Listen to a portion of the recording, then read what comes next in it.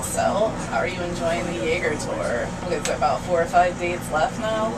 Yeah, it's winding down. We are at the home stretch. Always at the end of a tour, I get grumpy.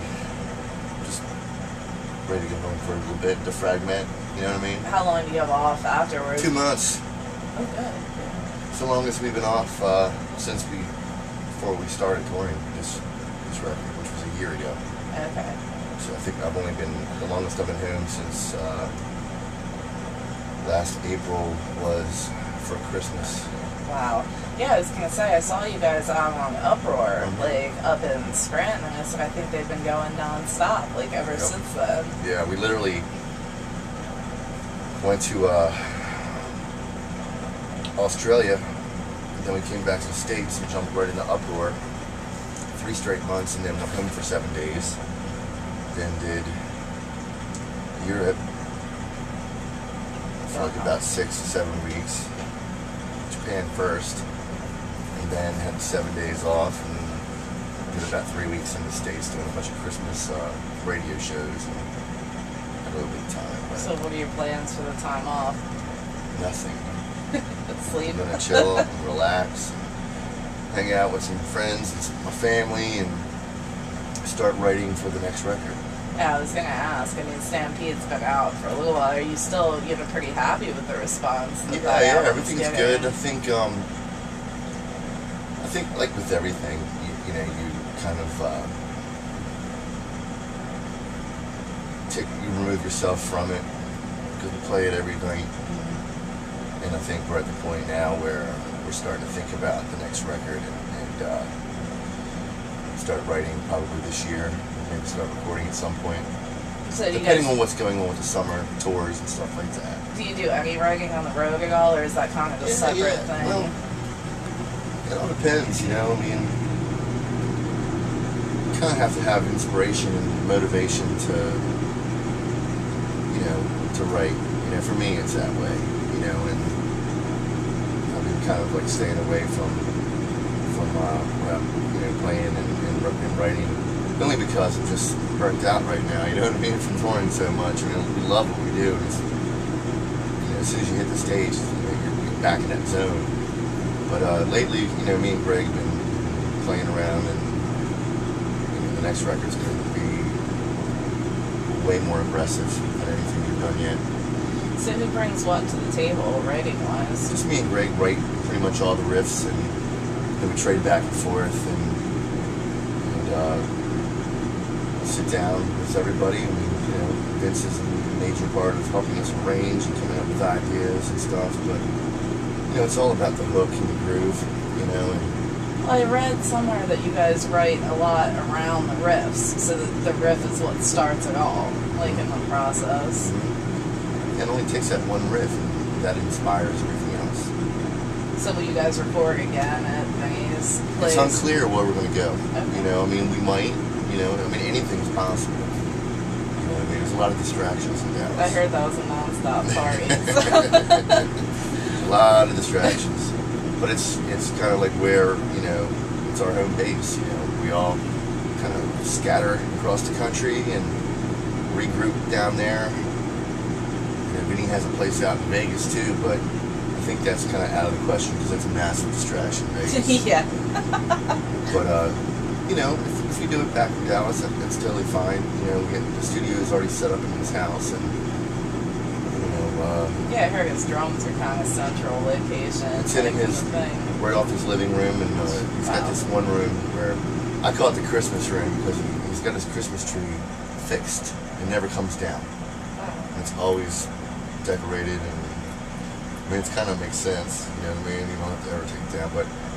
It's got like 45-foot ceilings, which is perfect for drumming, and capturing, all the acoustics and stuff like that. So, it just all depends, I mean? I think the way we do it, it's very affordable because it's already in-house. We're not renting out big studios and paying $100,000, $50,000. Yeah, of course, and all the equipment's there and all that. Then you have to, fly all your techs out and back and forth and put them up in hotels, and it just, you know, at Vinny's house, it's all inclusive. You know, we live there, we eat there, we party there, and we record and write. So it makes it really, really simple. Just plus the distractions. And the distractions. So this area is more home base for you. You're from Baltimore, I'm from Baltimore, right? Yeah. Born and raised, still there. I'll never leave. You know, I live right outside of the city now, but I pretty much, you know, pretty much all my life just in Baltimore. It's pretty close to here. Yeah, Philly. no, it's not too far. It's funny. I've been out west before a lot, and I don't know, something about the East Coast is home. And, like, no matter how much I want to go out there, it's just... When you're from the East Coast, especially the Mid-Atlantic area where we are, you know you're home. You know, you can just sense it, you know, especially in the summertime, you know, the air and the humidity. And, you know, it's I love it, you know. So, you know, being a guitarist, what is the first album that you remember purchasing that left a lasting impression on you? Probably Kiss Alive 2, you know, and I think it was more of I was a little boy, you know, and seeing that makeup, Gene Simmons with blood, it's kind of frightening, but very, it was really cool, you know what I mean, and you open it up and it's just a sea of people and then, you know, fire, it's just amazing to me. I think they taught people, like, what a show actually is, it really, too. It really is, man. I mean, to this day, they're still doing it, and it's incredible to watch. And they just know how to work a crowd, they know how to work a camera, Oh, they know it's... They're the pros, man. You know, I mean, it's one of the most influential bands ever, you know. Just off of looks alone, you would buy them. I mean, that's what drove to me. I never heard a single song. I just saw the picture, and I was just like, begged my mother to buy it. She did, and the rest is history, you know. Then came Motley Crue, and then Judas Priest, Iron Maiden, all those bands. So if you weren't pursuing music, what do you think that you'd be doing? I wasn't. I'd probably be cooking. Oh, really? Yeah, be a chef somewhere, or, you know, studying abroad. That's cool. What's your best dish that you can make? My best dish? I do a lot of Spanish stuff, and a lot of classic French kind of, you know, I mean, it's hard to tell, man. Some things, you know, you find certain things that you like to cook, and then that's your favorite thing to cook. And then all of a sudden you learn a new technique or recipe for something. But I do a lot of cooking when I'm home, and even on the road, like when we do our annual nightly barbecues when it's summertime. We're like famous for that. You know what I mean? We have, you know, 3 grills going on and margarita machines going, and just tons of people and just tons of food, and, you know, me and Vince just knock it out. Awesome. He's got a cookbook coming out. He's got like a few of my recipes that I've developed over the years. That's cool. Yeah, there was another book that came out. It was like Mosh Potatoes or something. Mosh Potatoes? Yeah, it's like all like heavy metal musicians and their recipes. Really? Like, yeah, this guy put together That's this kick-ass, book. Yeah. man. Like, I got some press stuff for it, and I was like, this is the coolest thing ever. I can't boil water. Like, so I'm always envious of people that can cook. So. It's not that hard. So, is there a piece of advice that you would share with younger bands? I'm sure that now you guys have, you know, plenty that kind of look up to you. There's a lot of things I could say to people, man, that, you know, it's this world we live, and this life that we live, you know, being a musician, it's tough. You know, it's very, very fatiguing emotionally, and can be financially too, you know, but if you really, really, really want it bad enough, you know, you just have to remain focused and keep that perseverance kicking, you know, and write your own songs, develop your own style, your own juju, you know what I mean? That's what you need. Yeah, I mean, I think so much of what's, you know, a lot of top 40 and things, I mean, in rock, pop, or, I mean, it's whatever even metal it is. too, man. Yeah. It's just plagiarism 101. You know, there's so many copycat bands, and I'm not down on anything. It's just like, it's just so, you know, it's no different than, you know, an artist recreating somebody else's art, but just changing it just enough that they can call it their own. You know what I mean? And, you know, it's a revolution needs to happen in music where, you know, a band just comes along and just redefines what we do. And it's rare. That never really happens. You know what I mean? And, you know, I have faith. It doesn't necessarily have to be metal either. It could be pop or straight up rock and roll. You know? Oh, of course. I think that, you know, too, we're starting to see things that are less popular, like, coming up in the forefront because it is different. And people are always trying to listen. People were desensitized. It's not just with music, it's with everything. You get kids nowadays that just sit in front of their fucking TVs and playing video games. And you wonder why the shock value of crime and murder and all that doesn't affect these children. But how do you feel about the games, though, like the Rock Band and the Guitar Hero and stuff, bringing that stuff out? I mean, those are fine, I guess. You know what I mean? They can make people have fun with it. I mean, you know, I'm not innocent of that too. You know, if I'm really bored, I'll sit back and throw on something and play. You know, but the stuff that we play is, you know, we have like our little Madden like bulbs and stuff like that. But you know, we don't really fuck around with video games too much. You know? So, being that our website is popculturemadness.com, is there an area of pop culture that fascinates or angers you at all?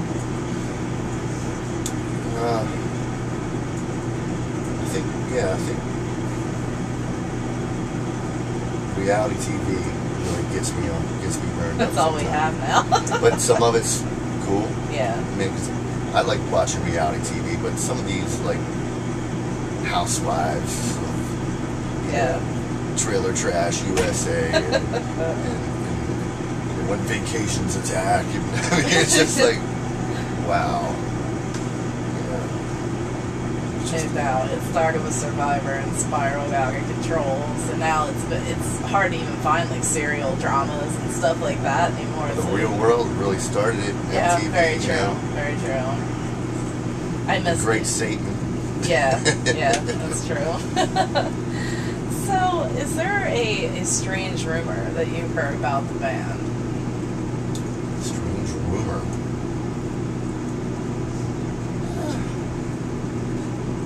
Really? Nothing off the wall. Nothing off the wall. The only thing that I've ever, the only weird stuff, not even weird, just, I always get hit up, you know.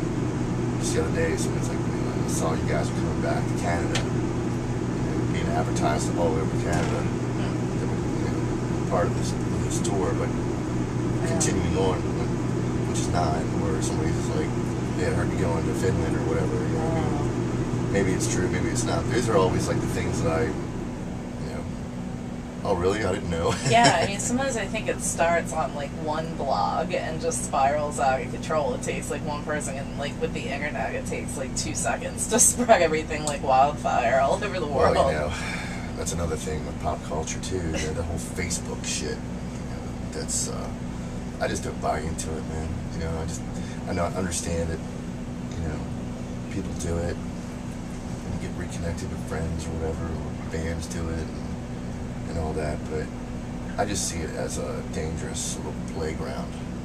Oh, it can be. You know what I mean? And you know, it's one of those places like anywhere on the internet where just people can, you know, just dig into your business, man. You know, and you know, I've had some weird situations in the past where it just made me like really fearful of and non-trusting of anything like that. You know, so I stay as anonymous and under the radar as possible. Yeah, you know, the funny thing that always scared me so much is like the check-ins and things at different locations. It's you might as well just tell the entire planet like where you are, come find me. Exactly. So. I was watching TV and there was a commercial for a new website that, you know, find out who's searching for you. Yeah. Awesome. Right. Yeah. Let me make a phone call to some of my undesirable friends who take care of some situations. So, what has been one of the most memorable touring experiences for you? I think playing in front of 100,000 people in England, Download. That's such a huge It's festival. pretty massive. It's pretty massive. It's a huge festival, and then, I mean, it's just as far as the eye can see. Wow. All I saw was people in the skyline. How does that differ from playing shows like, I mean, even this venue tonight is like a more intimate kind of venue. I love them. I love intimate shows, man. You can feel and see. It's just, I mean, it's just a different mentality. The stage is way bigger and the sound is amazing. And like I said, that's the big difference, is just that sea of people everywhere getting into it, you know. So, what's the most embarrassing thing that's happened to you? On stage? Uh-huh. I won't say embarrassing, I just had to piss really bad, so I just pissed my pants right there. Really? Yeah, fuck it. That was a long time ago, but I really had to go. I didn't give a shit. I'm sure it's probably the last thing you wanted to hear, but I thought I'd share it. So, is there any other projects that you have working on? Did you have a side project band before? I had this thing I was doing called Knives Out. Okay. And that was with my drummer from my old band, Nothing Face, Tommy, and then some friends from a band called Dog Fashion Disco back at home. And we all just kind of, that was home. It was like, I think we were taking a break. We had a year and a half off. And Chad and Greg went back and did another Mudvayne record tour, and I got bored, man, you know, so I caught up with my friends and just jammed. Yeah. It was like one of those situations, and it just turned into something really cool, and the songs were great, but I really don't have I just don't really have it in me anymore to, like, this is like consuming so much of my life that when I go home, it's like the last thing I really want to do is go write songs with a totally different set of people. You know what I mean? Well, yeah, it's like totally switching hats, too. It is. So. And, you know, plus, you know, I'm not saying that I'm wasting riffs or using them elsewhere, but I think, you know, everything that I write now, I just want to have it kind of directed into one thing. And I think with Knives is a part of a real heaviness that I come from my old band. It was very busy, very heavy. Yeah. But I still love playing that stuff. I mean, hell yeah, it's a complete opposite. Right. I mean, it still has like overtones of that, but it's way more rock and roll, kind of straight ahead. Even though it's heavy, we also do a lot of other stuff, and I think I want to, you know, personally want to incorporate some of that really just balls out, powerful, heavy, more aggressive for the next record, but you know, keep a continuity with what we're about and who we are. That makes sense. I'm just ready to get a little meaner. So, do you think that we may see you guys out at some summer festivals this year, or? Well, if you do, it'll probably postpone the writing process, but it just really, I mean, I love touring in the summer. You know what I mean? I love the summer festivals, and you know, if it happens, it happens. If it doesn't, then we're going into writing mode. Very cool. Well, thank you so much for taking the time out to speak with me. My pleasure. Appreciate it. Enjoy the cold weather. Not really. I will try.